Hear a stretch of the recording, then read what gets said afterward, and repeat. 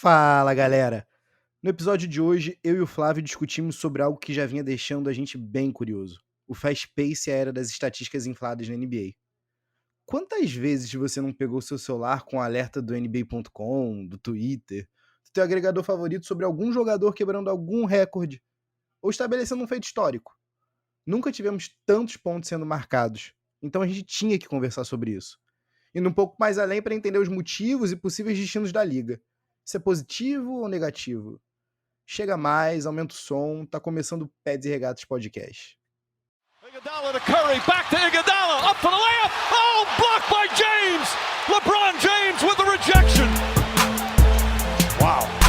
Oh my goodness. Fala galera, mais um Peds e Regatas no ar. Vamos que vamos hoje falar sobre os stats inflados na NBA. Essa foi uma ideia, esse tema, né, foi uma ideia do Tavinho. E queria que ele falasse um pouquinho de onde que veio esse tema na tua cabeça, Tavinho, e por que abordar esse tema aqui dentro do nosso podcast. Flavinho, o tema vem do antigo chefe, né, do departamento de analítica, né, do Milwaukee Bucks, né, o Seth Partnow, que hoje escreve, né, para aquele media outlet, o The Athletic, né. Toda semana o Seth Partnow traz algum número, né, para ser destrinchado, né, na coluna dele, e me chamou muito a atenção, principalmente o fato de hoje a gente ter um número abundante, né, de jogadores marcando 20 ou mais pontos por jogo. Então, assim, se a gente for parar para pensar, a liga nos últimos 20 anos, né, Flavinho, mudou bastante, né? Então, assim, é difícil até entender como é que a gente saiu, né, do que a gente tinha do começo do milênio para hoje. É claro que a gente tem, né? Os motivos são diversos, né? Mas nada é tão claro que consiga explicar o boom. Você sabe quantos jogadores estavam com média de 20 ou mais pontos por jogo até 2 semanas pro All-Star Game? Não, mas se eu tivesse que chutar, eu diria uns 12. Se você tivesse em 2001, acredito que sim. A gente tinha 43, Flávio. 43 jogadores com 20 ou mais pontos por jogo. E aí a gente para pensar, né? Ah, não, mas uma semana muda muita coisa, né?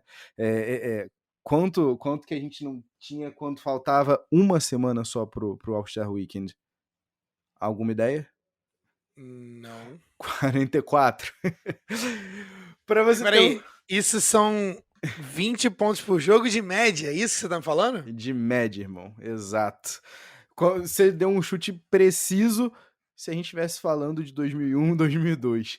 Mas para não ser injusto, Flávio, até 2012, 2013, a gente tinha 13 jogadores com 20 ou mais pontos por jogo.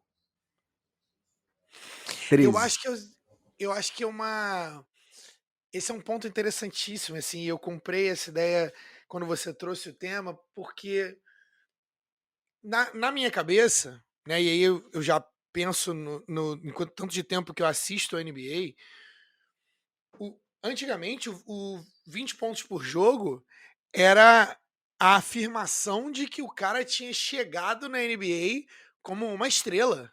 De Então fato. a gente pensa em Shawn Kemp, a gente pensa em Ray Allen, a gente pensa em Kobe Bryant, a gente pensa na galera que, pô, 20 pontos por jogo. Não, esse cara aqui agora chegou no título de estrela ou super estrela. Esse é o Porque fazer momento, 20 né? pontos na NBA, 20 pontos por jogo na NBA, não é fácil. Agora, e aí a gente vai entrar um pouco sobre quais são as causas, né, e tal. Mas 44 eu não esperava. 44 realmente, assim. A gente tem 44 superestrelas na NBA, é isso? Olha, se a gente considerar estrelas do naipe de Jeremy Grant da vida e Zach LaVine, existem, né?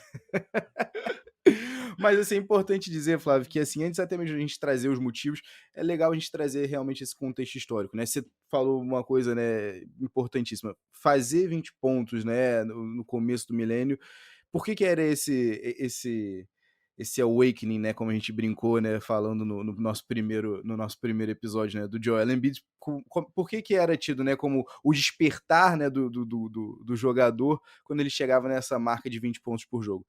No começo do milênio a gente tinha ainda, né, médias abaixo de 100 pontos por jogo, né? Em 1999, perdão, a gente tinha uma média de 95 pontos por jogo, e hoje o pior time da liga, né, o que tem o menor número de pontos por jogo, que é o Cleveland Cavaliers, tem absurdos 104 por noite. O pior time. Já seria o melhor em termos de pontuação. E aí, se a gente for levar em consideração, né, aonde que a gente está hoje, né, numa média de 112 pontos por jogo, é a maior desde 1970, né? Então, assim, tem alguns fatores aí que ajudam a gente a entender, mas 44 jogadores é difícil, não é?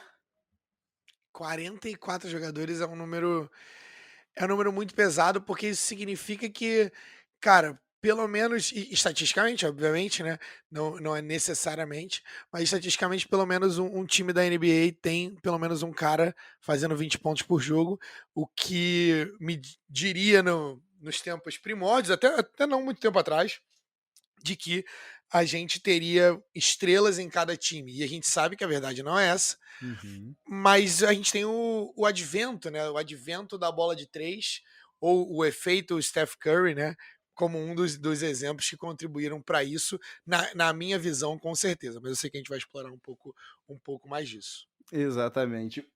No começo, né, do milênio, e é sempre bom a gente enfatizar, por que eu tô falando sempre no começo do milênio, porque a gente chegou num breaking point na NBA, né, um momento de ou vai ou racha, né, o jogo não, o jogo do basquete, porque o Kevin Arnovitz fala isso, né, por que ele é um jogo bonito?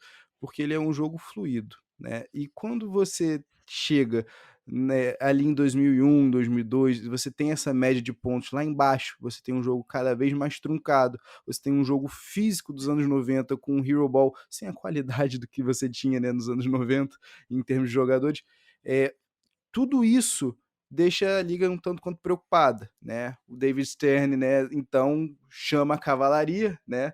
E chama em específico o Jerry Colangelo para estabelecer um comitê e entender, peraí, como é que a gente transforma um jogo que a gente ama, né? O jogo que a gente considera um esporte puro, né? Como é que a gente transforma essa água turva em cristalina novamente, né? E assim, ok, a bola de três já está aí, né? Desde 1979, né, o ano de inclusão da bola de três. Só que aí, Flavinho, a gente para pensar, então peraí, se a gente já tem a bola de três desde 1979, o que foi feito, né? Primeira coisa, as regras foram facilitadas, né, vamos dizer assim. Handshakes foram banidos, né, abolidos da liga. Então você vê hoje o que? Quando um jogador infiltra no que a gente chama, né, de dente da defesa, né, o coração ali, né, o garrafão, quando ele infiltra e ele não tem algum jogador para bloqueá-lo, né, fazer um bloqueio físico, impossibilitá-lo de seguir para o garrafão, quando você não tem essa presença, né, desse jogador central, o que acontece? Você tem um colapso da defesa. Jogadores do perímetro correndo atrás do jogador que infiltrou com a bola. Uma vez que a gente tem esse colapso da defesa, você tem, né, o quê? Jogadores livres para matarem bola, né, dos cantos da quadra, né, e onde a gente tem hoje o maior aproveitamento, né, da otimização dos pontos, né, a bola de três. E aí, Flavinho, quando o Jerry Colangelo chega, né, no denominador comum junto com o comitê,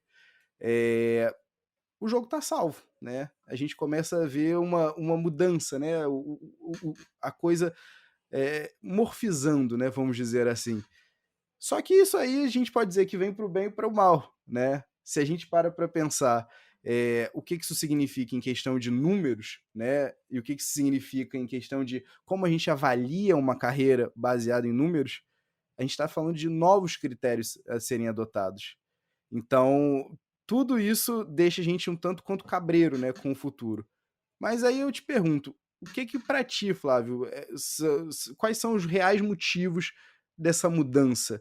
Como é que ainda assim, ainda que as regras tenham sido facilitadas, como você consegue ter essa otimização de pontos? Primeiro, excelente contextualização histórica, essa aula de história que a gente está tendo aqui em basquete, com o nosso amigo Tavinho Ribeiro. Mas, cara, eu acho que, brincadeiras à parte, acompanhar, e como você elucidou bem, né?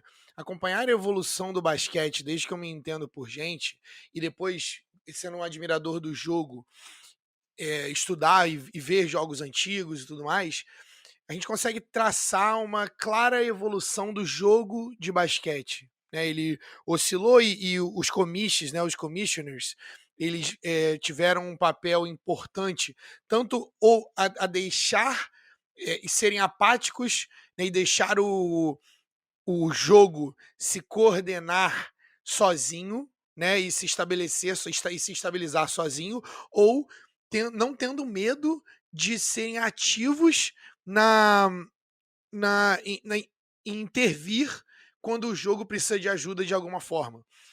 Então, assim, se você pensar, a galera costuma endeusar bastante a época, os anos 90, né? Porque é uma época de ouro, né? E Chicago Bulls, eu sou um fã do Bulls.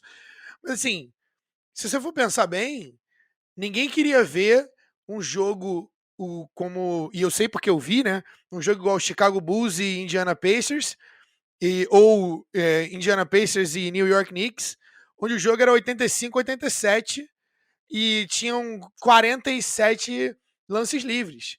O jogo era um jogo pausado, o jogo não andava, era um jogo truncado, ninguém pegava a bola. Então, assim, cara, esse jogo não é um jogo bom de se assistir.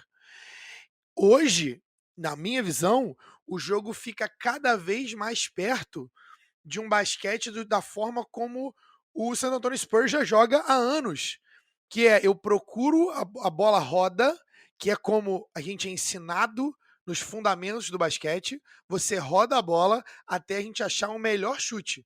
E às vezes a gente tem um chute bom, mas você tem às vezes um chute melhor.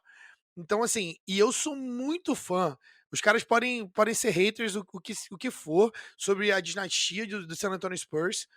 Eles tinham uma super estrela que se chamava Tim Duncan, mas todos os outros, a soma das partes era melhor do que o todo. Nenhuma das somas das partes da liga era melhor do que o todo do Spurs.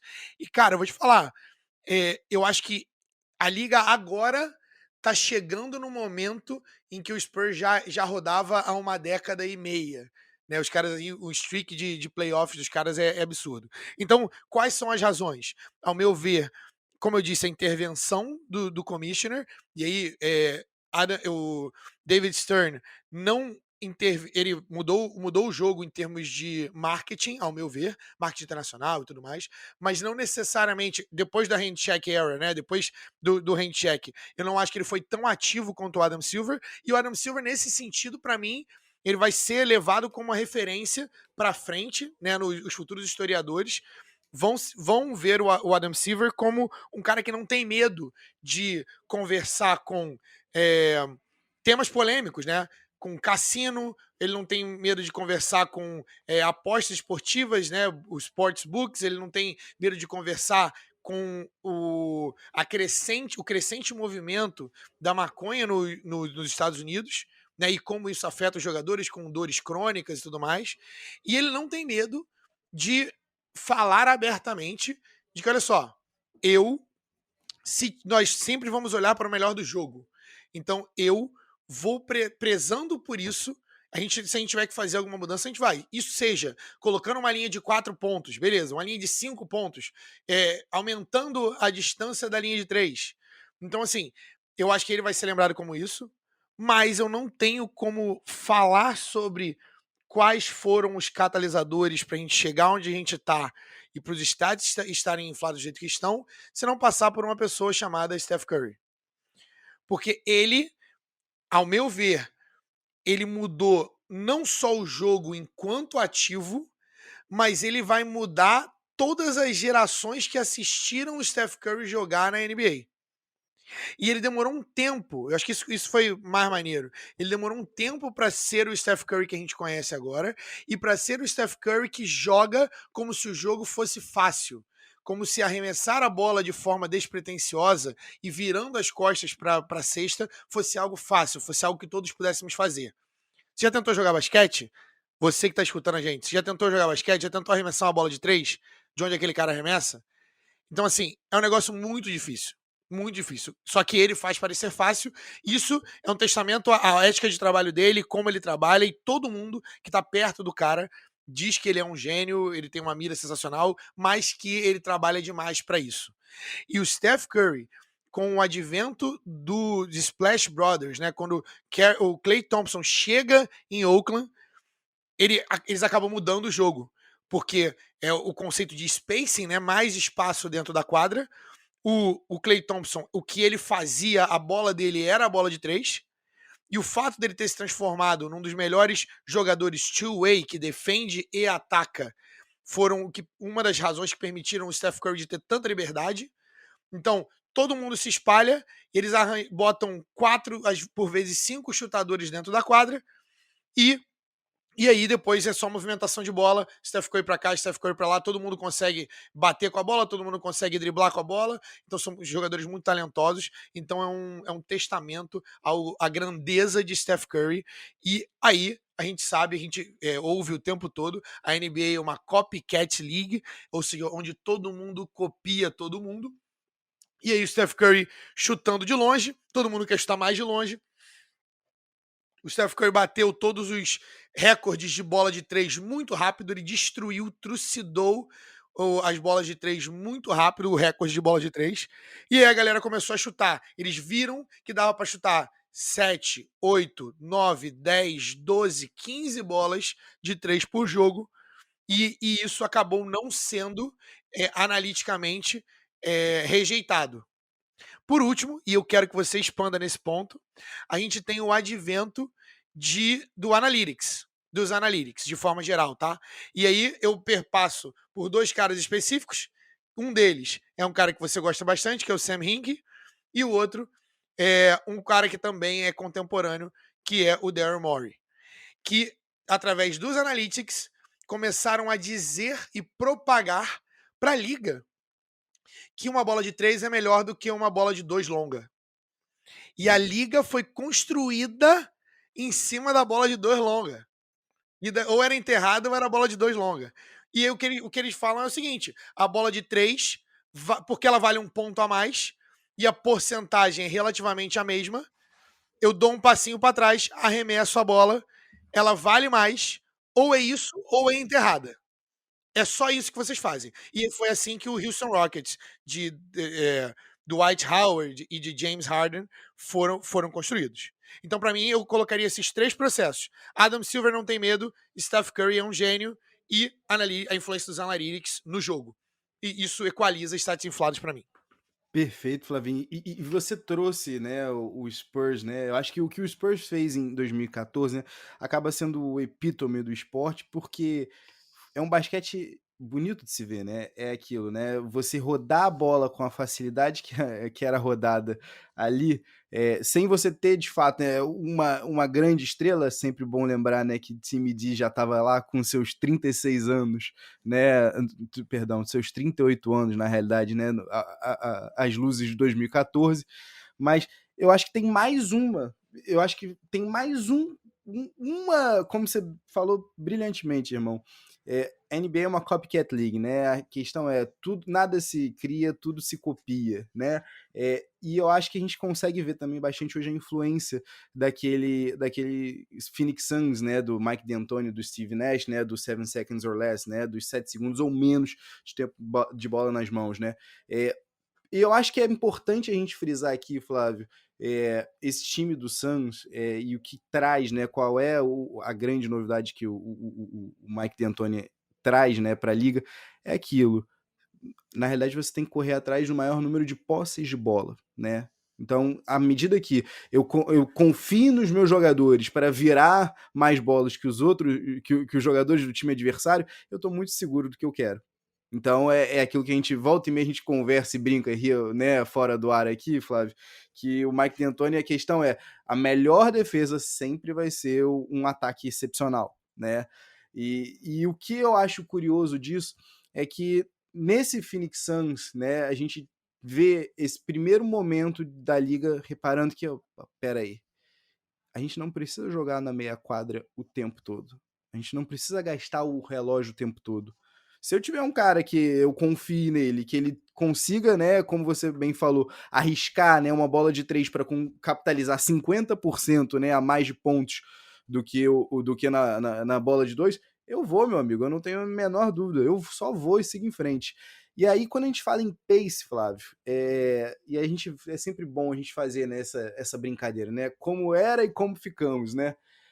Desde 1988, 89, a gente não tem um pace do jeito que a gente tem nessa temporada. O que quero dizer com isso? A gente tem 99,5 posses de bola por 48 minutos, né? Quanto mais posses de bola, mais arremessos. Quantos mais arremessos, mais pontos. Mesmo se a gente não estivesse sendo eficiente. O que não é o caso da liga de hoje. Porque o que chama atenção para mim aqui, Flávio, é que a gente está combinando o maior número de posses de bolas com uma eficiência histórica, né? A gente está falando em recorde, né, Flávio? A gente está falando em recorde de aproveitamento nos lances, né, de campo normais, nas bolas de 3, nos lances livres. A gente está com 53,6% em arremesso de quadra. 36,8% em bola de 3 de média para a liga. Eu me lembro, Flávio, que 7 anos atrás, 8 anos atrás, um jogador que arremessasse 36% era um sharpshooter. Era o teu atirador de elite. Era o cara que você sabia que quando eu precisar de alguém para me desafogar numa bola de 3, a bola vai para ali. O sharpshooter, né, o atirador de elite de 2013 é o jogador mediano, né, de 2021, né? Até nos lances livres a gente vê isso, 77,8%. E também, cara, hoje em dia, o cara que chuta 36% de bola de 3, ele é um cara que chuta bem. Mas assim, você tem pessoas, né, jogadores que não necessariamente são referências em bola de 3, tem temporadas de 40%. Porque o cara trabalha nesse jogo, né? O cara trabalha nessa bola, ao invés de eu gastar muito tempo treinando meu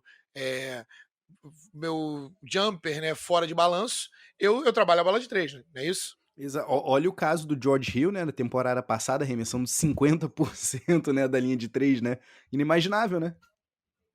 Cara, eu acho que George Hill, só para poder constar, também é um ex-jogador do Spurs, né? Então o cara sabe, veio num sistema muito legal e já foi muito bem pago nessa liga, mas ele foi envolvido aí, pra galera que não sabe, ele foi envolvido numa das trades mais polêmicas da história, que é quando o San Antonio Spurs mandou ele para Indiana pelo pique de que viria a ser Kawhi Leonard, né? É uma das melhores estrelas uma das maiores estrelas da nossa liga hoje. Então acho que esse tema ele é fascinante para mim porque a gente tem pessoas, a gente tem jogadores hoje em dia que não seriam talvez estrelas porque na década de 90, por exemplo, eles não conseguiriam ficar fora do departamento médico. Pessoas como Zach LaVine ou Christian Wood, jogadores que têm a carcaça um pouco mais frágil, inclusive Steph Curry. Acho que esse é o grande argumento aí que a galera leva, a galera que é mais saudosista, né, e tenta defender os anos 90 e se apegar ali aos anos 90 e a galera que tem medo da conversa de Michael e LeBron, essa galera falaria que o 73 do Golden State Warriors nunca teria acontecido, e eles também argumentam que o Steph Curry não seria o Steph Curry naquela liga. Ok, mas a liga que ele cresceu era outra, né? E a gente só tem como avaliar os caras dentro das eras. E se você tivesse que comparar, né, entre eras, o que você teria também era que fazer um misto das regras entre uma liga e outra. Então talvez o hand check não ficasse, né? O hand check para todo mundo para todo mundo ficar na mesma página, né? A regra do hand check é que você poderia bater na mão do cara e isso não ser uma falta, né? Então o drible tinha que ser muito mais forte, a proteção física do drible tinha que ser muito mais forte. Então o jogo era muito mais pegado, muito mais físico naquela época, apesar de ainda ter um pouco desses elementos hoje, mas não é a mesma coisa. Hoje em dia é muito sobre movimentação, é sobre você com pequenos espaços, você consegue chutar a tua bola de 3, você chuta. Então, atletas com um menor porte físico conseguem sobreviver hoje, e se eles são tocados, né, no ato do arremesso, eles recebem faltas. A pessoa que mais me fascina sempre que eu vejo ele jogar, do ponto de vista negativo, porque ele achou o macete para receber todas as faltas, se chama James Harden. Né? Vocês vão ouvir esse nome em muitos dos nossos podcasts, mas alguns me chamam de hater do James Harden. Talvez seja verdade um pouco, não fujo dos meus vieses, mas o cara, ele achou a maneira de jogar, ele achou o macete. O que você acha, Tavinho? Eu diria que você é um fã não declarado, meu amigo. Acredito que seja Olha, isso. olha! Quero saber o que vocês acham, se eu sou um fã não declarado, se eu sonho com o James Harden, tem um pôster dele no meu quarto. Então, hoje, pra mim, cara, pra mim, caiu na hora certa, né? Aquela tempestade perfeita do ambiente ser propício para que esses jogadores possam florescer. Jogadores como Steph Curry. Lembrando que a NBA que o Steph Curry entrou não era a NBA que a gente tem hoje. Não era a NBA que a gente tem hoje. Né? Era um jogo diferente, ele também passou muito tempo no departamento médico, ele nos dois inícios da carreira dele. Quem era o cara da época do time, não sei se a galera lembra, mas era o Monte Ellis, e também com o Stephen Jackson, jogador, né, de high school, inclusive, Monte Ellis foi draftado direto do high school, e era um cara que era muito bom de jumper, né, era o que a gente chama de volume shooter, né, o arremessador de volume, então ele faz muitos pontos, mas ele arremessa muitas vezes, e eu vejo que a gente também tem muito desses hoje em dia, tá, volume shooter, alô Russell Westbrook, mas isso é coisa para outro episódio também. Esses jogadores que estão nas escolinhas hoje, as crianças que estão vendo o jogo acontecer como é hoje, né, e ver Trae Young, ver Steph Curry, ver o Damian Lillard chutando de cada vez distâncias maiores. Como é que você vê o futuro do jogo hoje, cara? Com esses stats, é para cima ou a gente vai corrigir para o outro lado? Ou o Adam Silver vai querer menos disso dentro da NBA? Como é que você projeta a NBA para os próximos aí 10 anos, por exemplo? Olha, eu imagino que a NBA vai chegar no que a gente brinca, né? E diz que é o turning point, né? O momento que o Duval racha, né?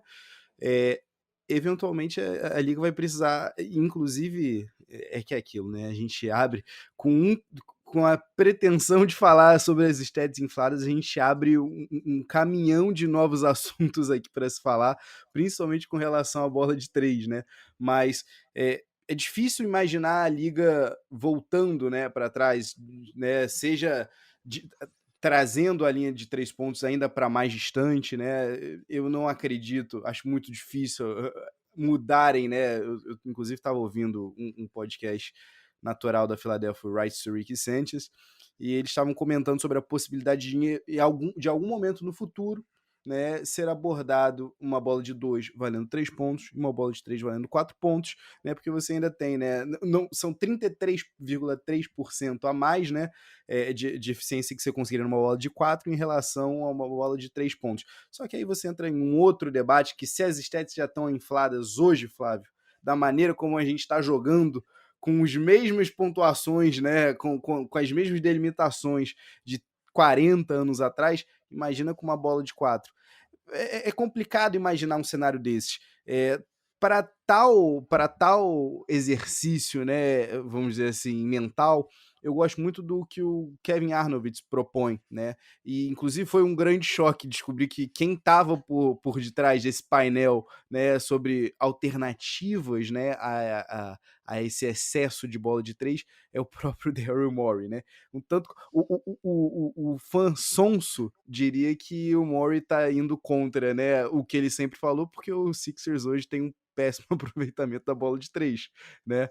Mas é difícil imaginar uma liga hoje sem ter esse, como é que eu posso dizer?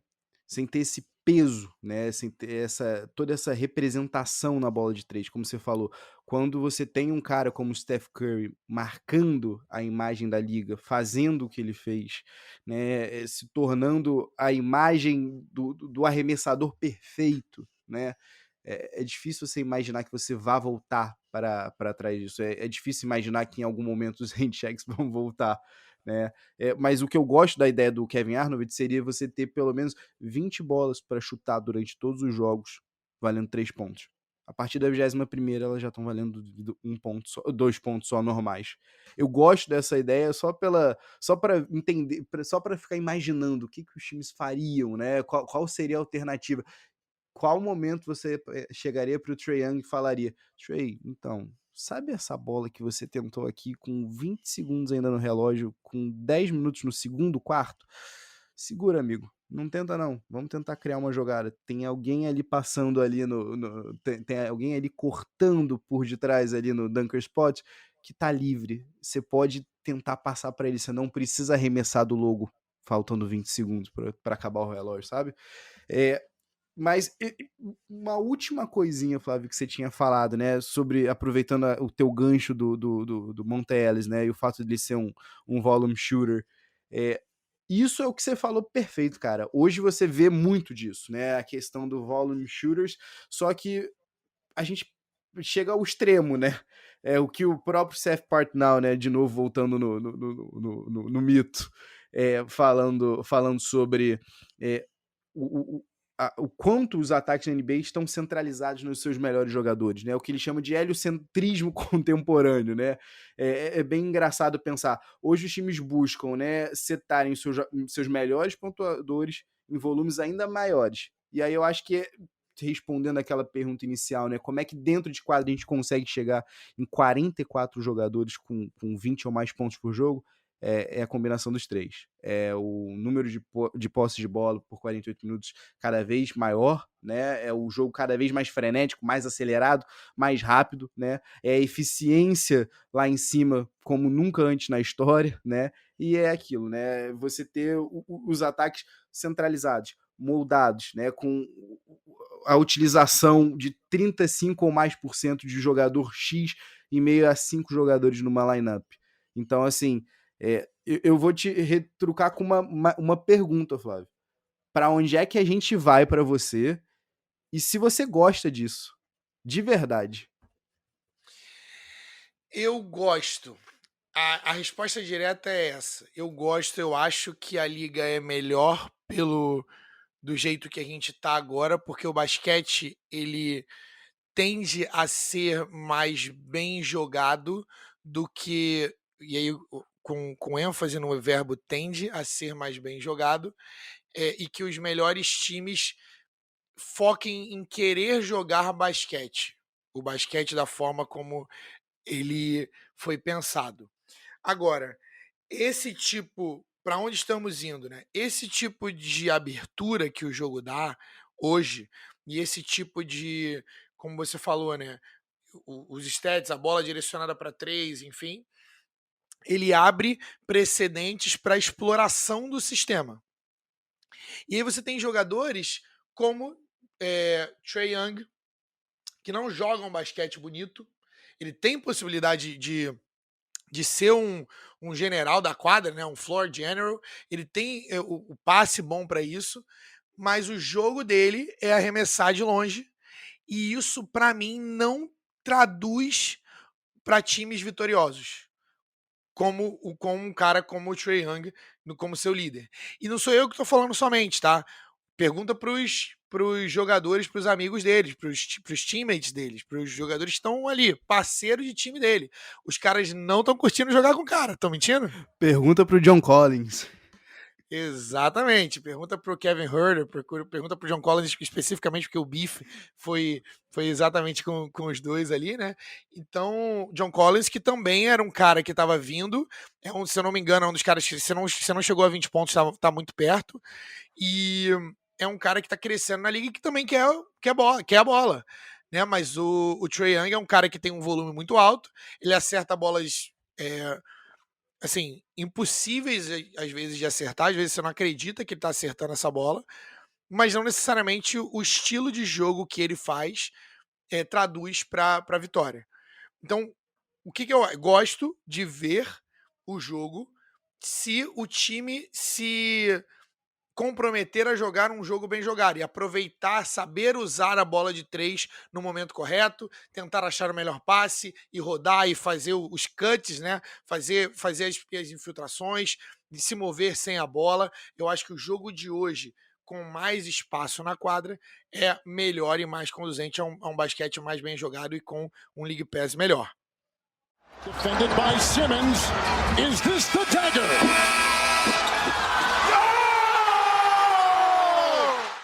E vamos então num crunch time aqui, Flávio. E o que isso acaba significando pro Hall of Fame? A gente comentou, né, agora há pouco, né?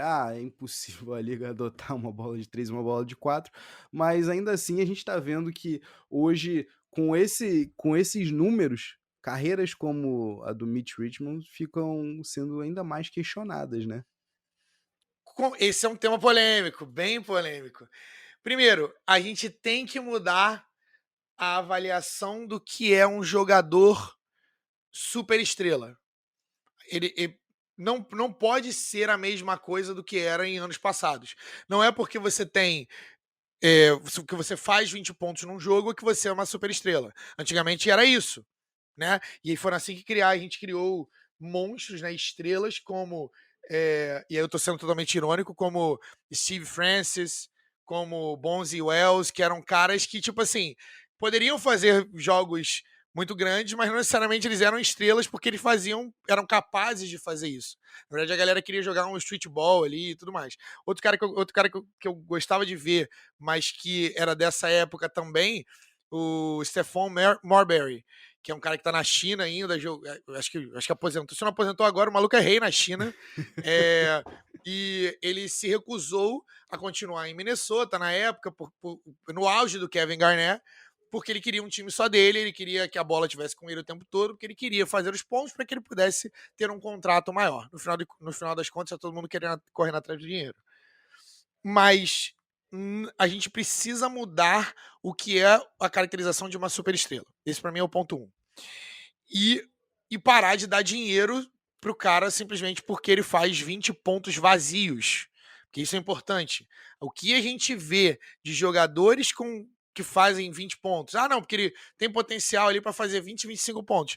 Beleza, mas você quer que ele faça 20, 25 pontos e o time perca? E o recorde do time seja 41 e 41? Então, assim, quantos exemplos a gente não tem disso, né, Tavim? Perfeito. Inclusive, um que eu ia mencionar agora aqui é o próprio Jeremy Grant, né? É o famoso bom de stats, né? E mal de recorde, né? Complicado. Isso. Bem complicado. Inclusive, ele foi para o Pistons para ter um papel maior no ataque. Era um cara que nunca tinha batido 20 pontos na carreira e teve uma explosão em termos de stats. Ele e o Mason Plumlee também foi para Detroit na procura de um papel maior, mas isso não significa que isso vai se traduzir em um recorde bom, porque o cara não é que ele não mereça fazer aquilo ali, não é um stat fabricado, mas é porque na ausência de outras pessoas, na ausência de jogadores mais talentosos, esses jogadores, eles acabam tomando a rédea. E, por último, sobre o ponto sobre Hall da Fama, primeiro, para mim, o Hall da Fama tá muito fácil de entrar, o Hall da Fama tá muito fácil da NBA, todo mundo entra, tá? A gente consegue ter argumentos discutíveis sobre jogadores que entram no Hall da Fama, e porque senão a gente vai ter facilmente nessa proporção, nessa projeção, a gente vai ter jogadores com 30 mil pontos, batendo 35 mil pontos numa carreira e quebrando recordes, né, de jogadores sensacionais da nossa história, da história da liga, mas que não necessariamente merecem estar no Hall da Fama. Eu também não sou extremista, dizer que só tem que entrar no Hall da Fama quem ganhou o título. Porque tem gente que ganha título e não tem nem que passar para perto do Hall da Fama. E o Udonis Haslem, gosto muito dele, muito legal, deve ser um jogador muito bom dentro do vestiário, mas, cara, não dá para você ser Hall da Fama porque você ganhou o título, entendeu? Então é isso que eu acho sobre Hall da Fama e para onde o jogo tá indo. Então quer dizer que para você Norris Cole e Mario Chalmers não entram? Essa pergunta já deveria estar pronta, o não já deveria vir junto. Cara, isso aí, cara, que você falou é importantíssimo, Flávio, a gente mencionar. Você realmente quer que o Jeremy Grant seja o seu maior pontuador, né? É aquilo, são coisas que você se questiona. Você vai até onde quando você tem um jogador como o Jeremy Grant sendo seu principal astro, né? E é aquilo que é fundamental a gente entender. Hoje na NBA, os números estão ali para alguém pegar. Alguém vai ter que somar os pontos daquele time. Invariavelmente alguém vai ser o responsável por aquela pontuação. Eu gosto sempre de usar como exemplo também, Flávio, o Michael Carter Williams, né, como calor do ano no Sixers, apesar de ter tido uma das maiores estreias de um calor que eu vi, certamente é que me deixou mais empolgado junto com a do Joel Embiid nos últimos 15 anos aí, vamos dizer. É importante a gente dizer, né, olha só, de um cara que tinha médias, né, de 16 pontos por jogo, quase 7 rebotes, quase 7 assistências por jogo. O que se tornou o Michael Carter Williams 2 anos depois de ele ter sido o calouro do ano, né? Eventualmente, alguém vai sempre pegar os números. Eles sempre vão estar lá para alguém disponíveis. Sempre, sempre. Excelente. Cara, então, ó, para fechar, gostaria de deixar vocês com uma perguntinha muito importante. E eu não vou nem dar a oportunidade dele responder, que é o seguinte: com esse jeito que a liga tá indo, mais stats e tudo mais, nessa conjuntura atual, quando é a data em que Ben Simmons vai chutar aquela bola de 3 e vai agregar a bola de 3 ao jogo? Fiquem ligados aí para o nosso 2-minute drill, que vai chegar daqui a pouquinho. Fiquem ligados. Espero que vocês tenham gostado.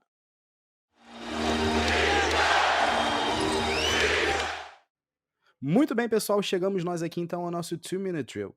Para fechar o episódio de hoje, eu queria comentar com vocês sobre a frustração do torcedor no Twitter e também queria indagar: será que é possível um indivíduo que tenha sido draftado há mais de 35 anos atrás ainda está em atividade por alguma franquia na NBA? Esquisito, né? Mas assim, é isso que o torcedor do Knicks tem dito pelo Twitter. Depois do terceiro e último jogo contra o Philadelphia 76ers, que terminou com a vitória da franquia da Filadélfia por 101-100 na prorrogação, o torcedor nova-iorquino reclamou bastante. Mas para a gente falar desse jogo, para a gente explicar o porquê, a gente tem que voltar para 1984. Mais especificamente o draft de 84. É esse draft mesmo, tá? O do Michael Jordan, do Hakeem Olajuwon, do Charles Barkley, do John Stockton e até mesmo do Oscar Schmidt. E se eu dissesse para vocês que ainda tem uma pessoa dessa classe que tá em atividade, que ainda tá nas quadras da NBA? Eu tô falando aqui da 10ª escolha do ano, Leon Wood, armador de Cal State Fullerton, 6'3", 185 libras, que hoje tá com 59 anos. Draftado pelo Sixers em 84, Leon Woods teve uma carreira extremamente curta pela NBA, apesar de ter tido um passado bem prolífico e ter sido inclusive medalhista com a seleção americana no PAN e nas Olimpíadas. E por que a gente está falando aqui do Leon Woods? A gente está falando aqui do Leon Woods porque em 1996, só 12 anos depois de ele ter sido draftado, ele volta para a NBA, depois de um breve instinto no exterior. Ele volta para a NBA como árbitro. E o que é mais legal de ser visto é a superação do Leon Wood. Porque, convenhamos, deve ser um tanto quanto difícil você não se enquadrar numa liga, você não conseguir, pela sua habilidade técnica, se manter nessa liga, e você voltar para essa liga para arbitrar os jogos daqueles que costumavam ser os seus rivais dentro de quadra. Ele deve ter ouvido bastante. O próprio Charles Barkley diz que falou bastante pro Leon Wood. Mas vamos voltar aqui então para 2021, tudo certo? Eu tô falando de Leon Woods porque, depois de 25 anos como árbitro da NBA, a sensação que eu tenho é que o torcedor nova-iorquino descobriu ontem que ele foi draftado pelos Sixers. E o que acontece? Num jogo onde só tinha ele e o Courtney Kirkland arbitrando, uma vez que a Danica Marshall tinha ficado fora por conta do protocolo de Covid, o torcedor nova-iorquino foi a loucura. Isso tudo pelo finalzinho do jogo. E aí, a gente vai ter que ser sincero, foi potencializado tudo pelo Julius Randle. O Julius Randle, que por sinal foi responsável por dar uma sobrevida pro Knicks nesse jogo, matando uma bola de 3 que forçou a prorrogação. O que acontece é o seguinte, no último minuto do jogo, mais precisamente faltando 6.4 segundos para terminar a partida, o Leon Woods marca uma falta do Julius Randle, e aqui cabe a gente dizer, querido ouvinte, uma falta que de fato aconteceu, uma loose ball fault no Tobias Harris, que aproveitou o momento de cochilo do Julius Randle para roubar a posição dele e pleitear o rebote ofensivo.